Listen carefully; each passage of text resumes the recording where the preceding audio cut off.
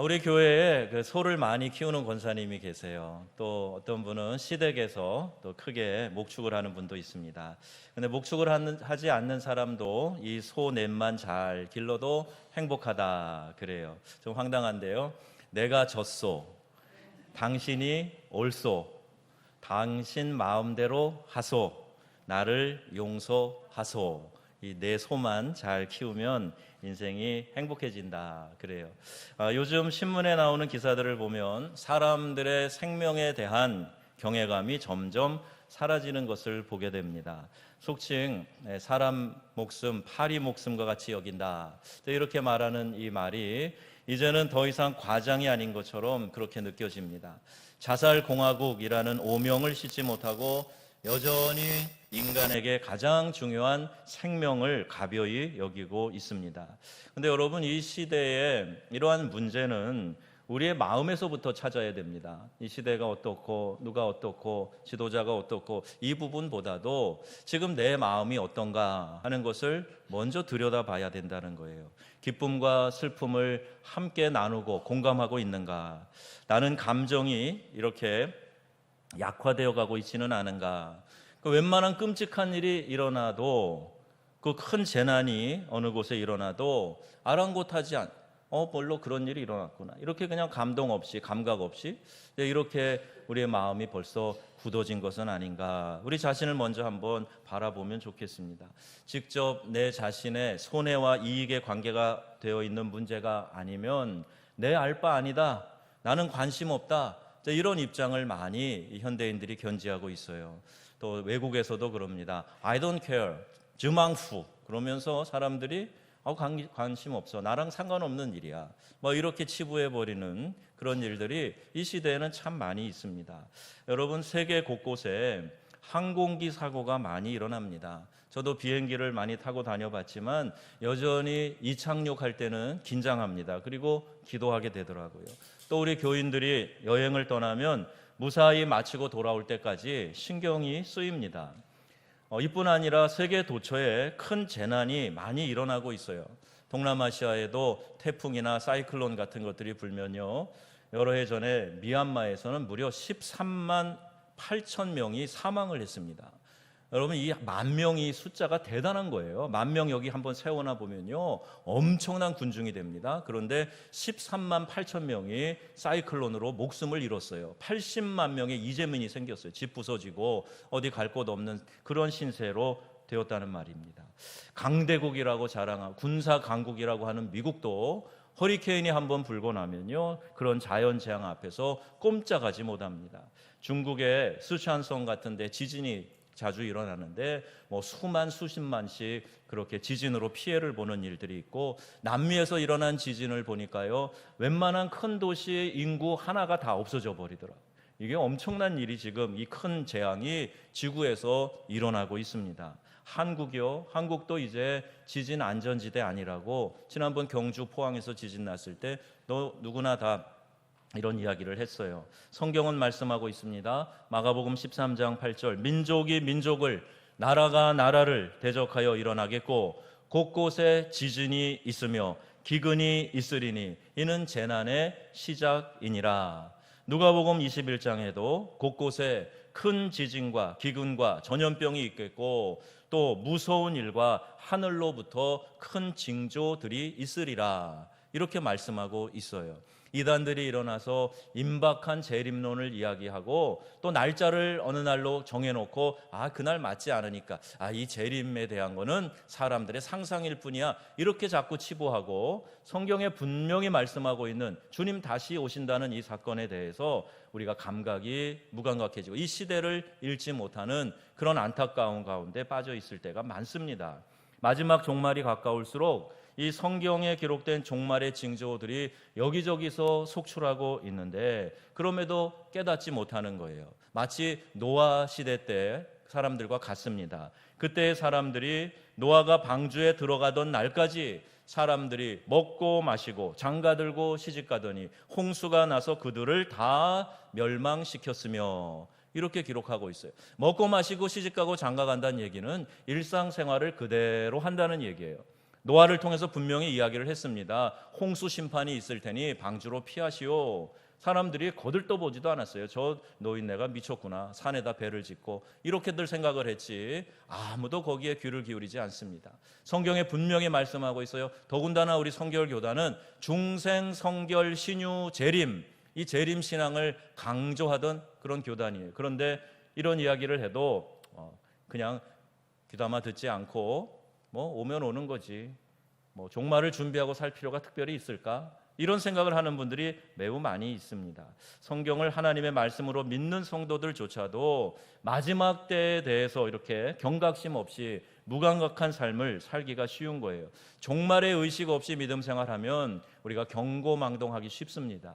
우리의 인생이 반드시 마지막 날이 있다 하는 것, 우리가 장례를 치를 때마다 꼭 그 생각이 들어요. 언젠가는 한번 우리가 이 땅을 떠나는데, 개인적인 종말뿐만이 아니라 우리 인류 자체의 종말이 성경에 예고되어져 있습니다. 그리고 여기에 마지막 때의 징조를 선명하게 말씀하고 있는데, 디모데후서 3장에도 보면 1절에서 5절까지 말씀에 너는 이것을 알라. 말세에 고통하는 때가 이르러 사람들이 자기를 사랑하며 돈을 사랑하며 자랑하며 교만하며 비방하며 부모를 거역하며 감사하지 아니하며 거룩하지 아니하며 무정하며 원통함을 풀지 아니하며 모함하며 절제하지 못하며 사나우며 선한 것을 좋아하지 아니하며 배신하며 조급하며 자만하며 쾌락을 사랑하기를 하나님 사랑하는 것보다 더하며 경건의 모양은 있으나 경건의 능력은 부인하니 이와 같은 자들에게서 내가 돌아서라. 성경이 말씀하고 있습니다.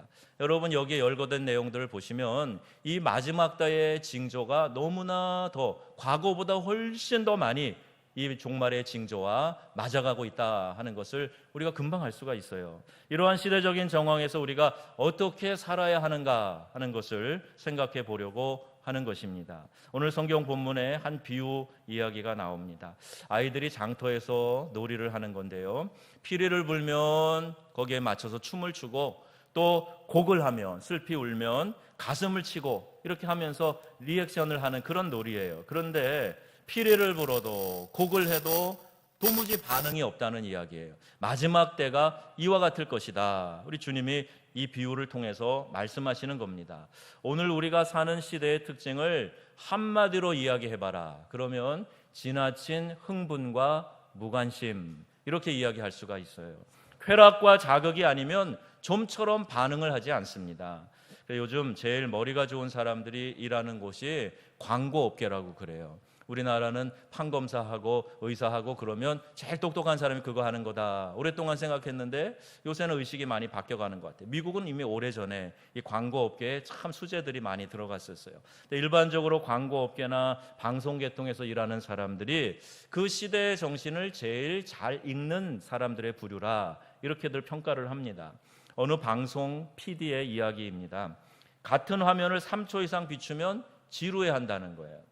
그래서 우리가 회사에서 프리젠테이션을 이렇게 자동으로 돌아가게 할 때도 3초, 4초 넘기지 말아라. 이것은 우리가 상식으로 이제 알고 있어요. 짧은 순간에 주어지는 이 임팩트를 광고 효과로 누린다 하는 거예요. 길어지면 집중이 잘 안 된다는 거예요. 말초 신경을 또 자극합니다. 예를 들면 성적인 것을 연상하도록 하는 감각적인 광고, 이런 걸 집어넣어 가지고 그것도 같은 광고 효과를 노리는 거예요. 자동차와 같은 이런 기계, 이것을 선전할 때에도 기계의 성능을 이야기하는 것이 아니라 얼마나 이게 멋있냐, 당신 이거 타면 참 인생이 복되고 아름다울 거다, 이렇게 감각과 멋을 느끼도록 선전하는 것, 이것이 그 한 예입니다.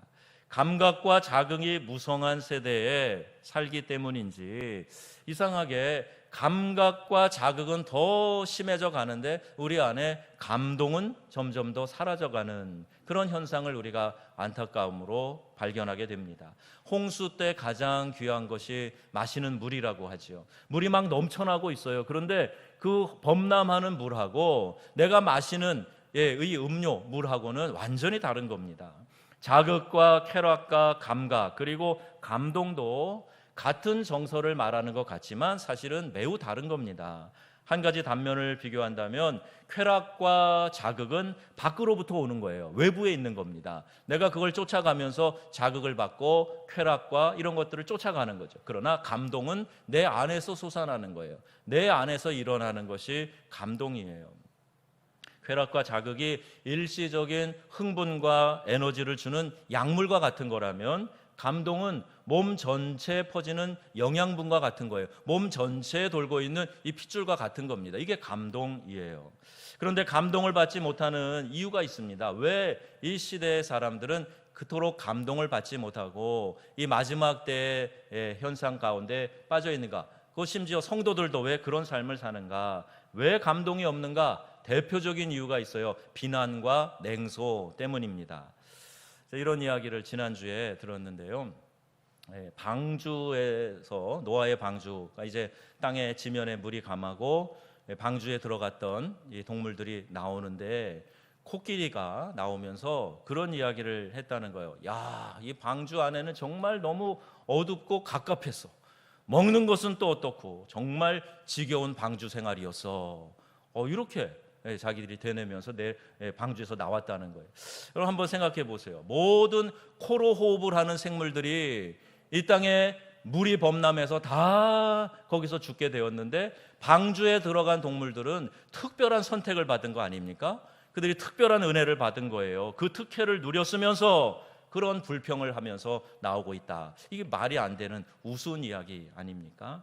마태복음 11장에 이렇게 말씀하고 있어요. 요한이 와서 먹지도 않고 마시지도 아니하매 그들이 말하기를 귀신이 들렸다 하더니 인자는 와서 먹고 마시매 말하기를 보라 먹기를 탐하고 포도주를 즐기는 사람이요 세리와 죄인의 친구로다 하니 이렇게 기록합니다. 여러분 무엇이든지 있는 그대로 순수하게 받아들이지 않고 비난과 냉소로 일삼는 그런 사람들이 하는 이야기이지요. 그 뒤에 무엇이 도사리고 있겠지. 두고 봐야 알겠지. 끝까지 잘할 줄 알아. 무슨 흑심이 있을지도 몰라. 이건 또 무슨 꼼수야. 이렇게 생각을 하는 거예요. 그냥 비아냥거리고 빈정거리고 하는 것이 그 마음에 가득하니까 모든 게 다 그렇게 보이는 겁니다.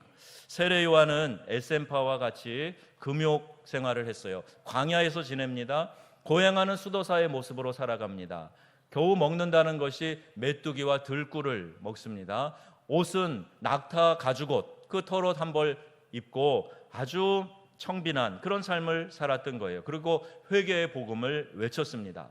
많은 사람들이 세례 요한 앞으로 나아갑니다. 그리고 죄를 회개하고 세례를 받아요. 이름이 세례 요한이 된 거예요. 그런데 그에게 나가서 세례 받고 또 회개하고 돌이킨 사람도 많았지만 또 많은 사람들은 세례 요한을 미쳤다고 비난을 했습니다. 그런데 예수님이 오셔서 요한과 정반대로 다르게 사역을 하셨어요. 죄인의 대명사인 창기와 세리도 만나시고 사람들과 함께 다니고 먹고 마시고 그러셨단 말입니다. 호탕하게 사람들과 어울리시면서 즐기셨어요. 그리고 예수님을 따르는 무리들도 많았지만 또 다른 무리들은 예수님을 향해 비난하기를 먹기를 탐하고 포도주를 즐기고 세리와 죄인의 친구로다 이렇게 비난하고 있는 겁니다. 아마도 세례 요한을 비난했던 동일한 사람들이 또 예수님을 비난했을 것이에요. 왜냐하면 비난과 냉소가 몸에 밴 사람은 절대로 그 누구에게도 만족할 수 없기 때문입니다. 만족하지 못하면서 여러분 기뻐할 수 있습니까? 내가 사람들에 대해서 내 주변의 사람들이나 내 공동체에 대해서 가족에 대해서 교회에 대해서 만족하지 않는데 기쁨이 충만하다 이런 일은 없어요. 내가 안에 무엇인가 타협하고 만족함이 있을 때 그때 기쁨이 있게 되는 것이고 그 기쁨을 계속 증폭시켜 나가야 기쁨이 충만하게 되는 겁니다. 만족하지 못하는 삶, 그래서 기쁨이 없는 삶, 이거 참 불쌍한 인생을 사는 거예요. 여러분 감동은 참 중요한 겁니다. 설교를 잘 못해도 나 자신을 위해서 어떻게든지 여러분 은혜 받아야 돼요. 은혜 받으시기를 바랍니다. 은혜 받는 게 뭐예요? 감동하는 거예요. 감동을 받기 위해서는요 모든 일에 비난과 냉소를 버리고 적극적으로 뛰어들어야 됩니다. 내가 팔짱 끼고 저 뒤에 앉아서 바라보면서 그거 만족할 수 없어요. 동참하는 마음이 있어요. 함께 팔을 걷어붙이고 땀을 흘리는 마음이 있어야 거기에서 힘들지만 그러나 기쁨도 찾게 되고 보람도 느끼게 되는 거예요. 극장에 제가 휴가 이틀 서울에서 보내면서 연극을 보러 갔어요. 갔는데 맨 앞에 어떻게 자리가 앞쪽에 돼가지고 바로 앞에서 보니까 왜 배우들이 막 호흡하는 숨소리까지 들리는 거예요. 감동이 다르더라고요. 감동이. 근데 오페라를 볼 때나 연극을 볼 때 저 뒤에 3등석에 앉아서 보면 확실히 감동이 작아요. 다릅니다. 느낌이 확 달라요. 내가 교회 일을 할 때, 어떤 공동체에서 일을 할 때 앞장서서 땀 흘리고 헌신하면 감동이 크게 오게 되어 있습니다. 그리고 한 몸, 한 가족 의식을 우리가 가져야 돼요. 그래야 그 지체의식 속에서 보람도 느끼고 감동도 느끼게 되는 거예요. 여러분, 우리가 누구를 감동시킬 것인가, 이것도 매우 중요합니다. 내 이웃의 마음에 감동을 줘야 됩니다. 여러분, 한번 따라해 주시겠습니까? 이웃에게 감동을 주자. 내 이웃에게 감동을 줘야 돼요. 광야 수업이라는 책을 쓴 정영진은 이런 이야기를 담고 있어요. 한 젊은 여인이 운전면허를 딴 지 얼마 안 된 상태에서 차를 몰고 거리로 나섰다는 거예요. 우리 남자들은요, 차를 정말 아끼고 사랑하는 분들이 있어요. 이제 속된 말이라 제가 인용은 못하겠지만 정말 차를 아끼고 자기 아내보다도 더 아끼고 그런 사람이 있단 말이에요. 차 절대로 안 빌려준다, 이런 사람이 있어요. 그런데 그런 분인지는 잘 모르겠으나 새 차를 샀는데 아직 초보 운전을 하는 아내가 끌고 나간 거예요. 갈 때는 무사히 갔는데 돌아오는데 그만 접촉사고가 났어요. 그래서 본인은 큰 사고는 아니었지만 차가 커다란 흠집이 났습니다. 그때 이 젊은 여인 아내는 불안하고 고통스러웠죠. 여러분, 사고 나보신 분들 알지만 막 다리가 후들후들하고 어찌할 줄 모르고 막 당황스럽고 그런 것 아닙니까? 그러니까 사고는 수습해야 되니까 이 콘솔 박스를 이렇게 보험 카드 꺼내려고 여는데 쪽지 하나가 거기에 있더라는 거예요. 그래서 그 쪽지를 읽는데요, 이렇게 기록되어져 있었다는 겁니다. 거기에 어떻게 남편에게 해명해야 될까, 막 그런 안절부절하고 눈물이 왈칵 쏟아지는 그 상태에서 발견한 쪽지에, 만에 하나 차에 무슨 일이 있으면 죽을 줄 알아, 이렇게 된 게 아니라 기억해요, 내가 사랑하는 건 당신이지 차가 아니라는 걸, 이렇게 써놓은 거예요. 남편의 따뜻한 배려와 사랑에 아내의 가슴이 뭉클해지고 그러지 않아도 흐르던 눈물이 그냥 왈칵 또 쏟아져 내렸다는 겁니다. 아직 결혼하지 않은 자매들은 꼭 이런 남자 만나시기를 축복합니다.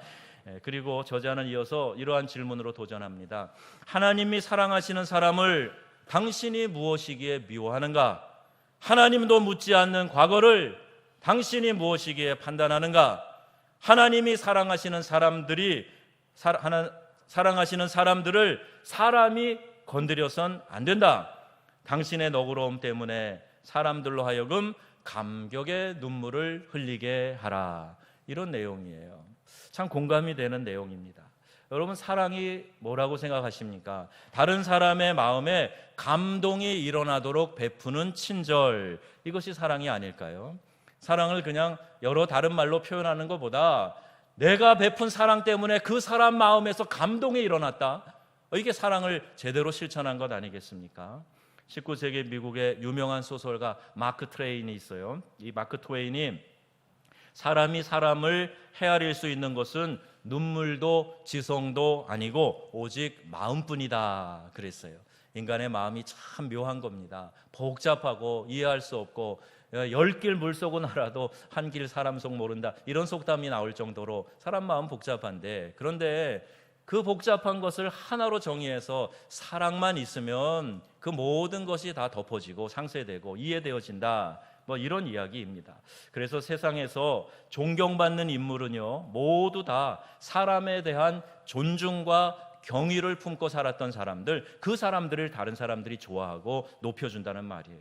그들은 인간의 가치를 알기 때문에 사람을 수단으로 삼아 자기 목적을 이루려고 하지 않았습니다. 어떤 사람에게 친절과 사랑을 베푸는데 목적이 있는 거예요. 너 내 편 들어라. 내가 지금 이렇게 하고 싶은데 나를 도와. 이건 사랑이 아닙니다. 이건 순수한 사랑이 아니에요. 그런 조건 없이 사람을 수단으로 삼는 것이 아니라 사람을 그냥 사랑할 대상으로만 우리가 대해야 된다. 성경은 이렇게 말씀하고 있어요. 여러분, 성경에서 가르치는 사랑을 적극적으로 실천하시기를 주님의 이름으로 부탁합니다. 이웃에게 감동을 주는 거예요. 그 이웃의 마음에 감동을 주는 사랑, 이것이 우리의 인생을 다르게 만들고 우리의 삶의 맛을 또 멋을 느끼게 해주는 겁니다. 두 번째, 한번 또 따라해 주세요. 하나님께 감동을 드리는 신앙. 다른 사람에게만 감동을 주는 게 아니라 하나님의 마음에 감동을 드리는 겁니다. 열왕기상 3장에 보면 솔로몬 왕이 제사하러 기브온으로 갑니다. 기브온 산당에 가서 제사를 드리는데 1,000번제를 드려요. 신분이 왕이니까 송아지나 또 숫소로 번제를 드렸을 겁니다. 아무리 왕이라 그래도 이제 바로 즉위하면서 무슨 그만한 세도가 있었겠습니까? 그런데 이 1,000번제를 하나님 앞에 드릴 때 하나님이 감동하신 거예요. 그래서 솔로몬에게 꿈에 나타나셔서 말씀하십니다. 내가 내게 무엇을 줄고 너는 구하라. 이렇게 하나님이 솔로몬에게 오히려 찾아오셔서 말씀하시는 겁니다. 여러분, 이렇게 하나님을 감동시키는 것, 대단한 열심과 또 대단한 하나님에 대한 사랑이 필요한 것 같지만 사실은 작은 것에서부터 시작할 수 있는 거예요. 내 형편과 처지에서 하나님 사랑하는 마음을 올려드릴 때, 사람 사이에서도 그렇지 않습니까? 우리가 서로 이해하기 때문에 큰 걸 받아야 기쁜 게 아니라 조그마한 것에도 감동하고 좋아할 수 있잖아요. 하나님도 그런 마음이세요. 내 형편에서 하나님께 최선을 다해서 할 수 있는 이 마음을 올려드릴 때 하나님의 마음이 감동이 되고, 하나님이 감동하시면 이렇게 이미 끝나는 거예요. 하나님이 찾아오시고 우리의 삶에 필요한 것들을 아시고 또 물으시고 우리의 삶의 소원을 이루어 주시는 좋으신 우리 아버지 되심을 여러분 꼭 기억하시기를 바랍니다. 하나님도 이걸 원하시는 거예요. 우리를 통해서 하나님이 영광을 받으신다. 근데 그 영광이 구체적으로 뭐예요? 하나님의 마음을 기쁘시게 해드리는 거예요. 하나님께 감동을 드리는 겁니다. 작은 것이지만 예배를 정성껏 드리면서 주님, 제가 주님을 사랑합니다 고백할 때 그 한마디에 우리 하나님이 기뻐하시고 영광을 받으시는 줄로 믿습니다. 그걸 위해서 우리가 진정한 예배 하나님 앞에 드려야 돼요. 하나님은 그 마음의 중심을 보시고 감동하시는 겁니다. 하나님은 우리의 마음의 중심을 보시기를 원해요. 내가 나를 봐도 꺼리끼는 것이 있는데 하나님 앞에 담대히 나가서 그분과 친밀한 교제를 이룰 수 있을까요? 사람들의 시선은 피할 수 있는지 몰라도 하나님이 우리의 중심을 보신다는데 죄 지으면 하나님으로부터 자꾸 멀어지려고 하는 마음이 드는 거예요. 예배가 소홀해지고 하나님께 나아가는 것이 꺼려지고, 이게 자연스러운 현상입니다.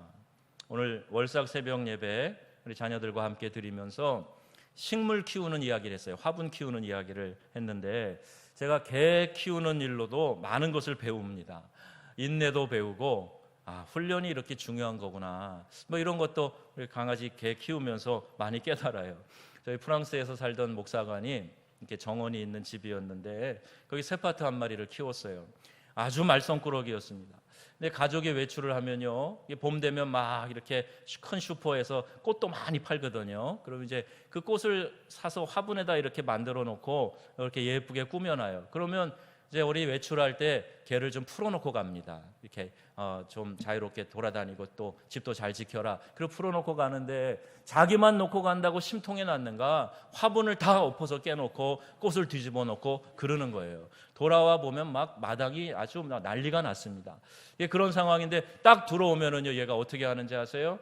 자기 두 발을 모으고 자기 주둥이를 땅바닥에 딱 대고 이러고 엎드리고 있어요. 개도 자기가 잘못한 짓은 알고 미안한 마음을 갖는 것 같아요. 여러분, 하물며 하나님 앞에서 우리가 죄짓고 담대할 수 없습니다. 그래서 여러분, 하나님이 끊임없이 우리를 용서해 주시지만 죄짓지 말라는 거예요. 죄 가운데 거하지 말고 거룩한 삶을 살기 위해서 힘쓰라는 거예요. 여러분, 성결을 추구하고 성결을 구하는 믿음의 삶을 사시기를 부탁합니다. 그래야 우리가 주님 앞에 기쁨으로 나갈 수 있고 그 교제가 막히지 않는 거예요. 요한일서 3장 21절에 사랑하는 자들아, 만일 우리의 마음이 우리를 책망할 것이 없으면 하나님 앞에서 담대함을 얻고 그랬어요. 우리 스스로가 우리를 책망할 것이 없어야 주님 앞에 기뻐하며 나아갈 수 있다는 거예요. 아이들도 칭찬받을 일 있으면 엄마 아빠 쫓아와가지고 머리 쓰다듬어 달라고 이야기하잖아요. 그런데 잘못한 거 있으면 삐죽삐죽하고 얼굴 안 보려고 그러고 숨어가고 자기 방에 콕 숨어 있고 그러는 것 아닙니까? 우리 마음이 죄를 멀리하고 하나님을 사랑하는 마음을 가지고 헌신하고 충성하여 하나님께 감동을 드리시는 저와 여러분 되시기를 주님의 이름으로 축원합니다.